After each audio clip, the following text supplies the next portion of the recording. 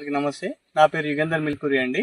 మా నాన్న పేరు రాజయ్య మిల్కూరి. మాది వెంకటాపూర్ గ్రామం, వెంకటాపూర్ మండలం, ములుగు జిల్లా అండి.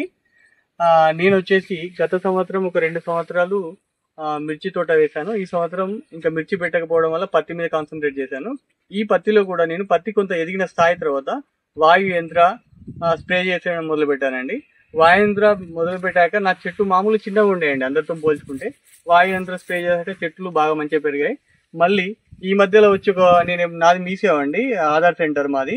సో మేము వచ్చేసి కొన్ని రోజుల తర్వాత చూస్తే 15 డేస్ వచ్చి చూస్తే మా పత్తి చాలా బాగుంది.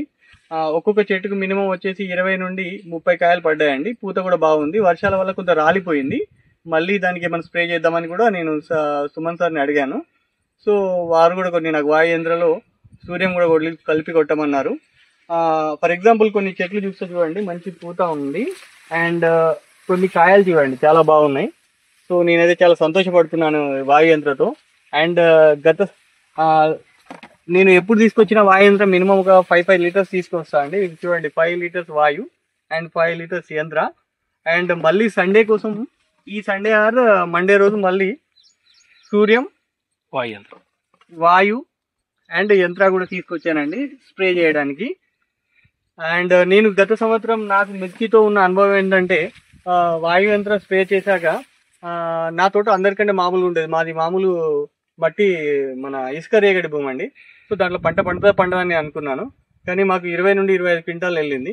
గత సంవత్సరం వచ్చిన లాస్ట్ ను పోయిన సంవత్సరం సెట్ చేసుకున్నా అండి. ఈ సంవత్సరం కూడా మళ్ళీ ఒక 2 ఎకరాలు తోట ప్లాన్ చేస్తున్నా అండి. సో వాయు యంత్రం మళ్ళీ ప్లాన్ చేస్తాను. మార్కెట్ లో కాయ ఎలా జెండా పాట పడదు. నేను లాస్ట్ ఇయర్ చూసానండి, అసలు మా కాయ ఎప్పుడు జెండా పాటకు పోలేదు.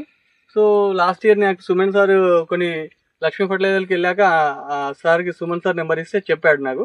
సో సార్లు ప్రకారం నేను 5-10 లీటర్స్ అట్లా మెయింటైన్ చేయడం వల్ల గత 2 సార్లు కూడా మాకు జెండా పాట వచ్చిందండి.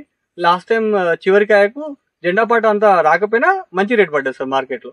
కాయ ఎప్పుడు కూడా సూపర్ కలర్ వచ్చేదండి. ఇప్పుడు పత్తి మీ ఏరియా మీలాగా ఎవరిదన్నా ఉందా అని మా పక్కన చూసే సార్, నేను ఇప్పుడు మన పత్తి చూసిన కాంచెల్లి గత రైతులు మా దగ్గర ఉన్న లోకల్ ఫర్టిలైజర్ షాప్స్కి వెళ్ళి అడుగుతున్నారు. మా పత్తి బాగుంది సార్ అందరితో పోల్చుకుంటే. ఓకే అండి, థ్యాంక్ యూ.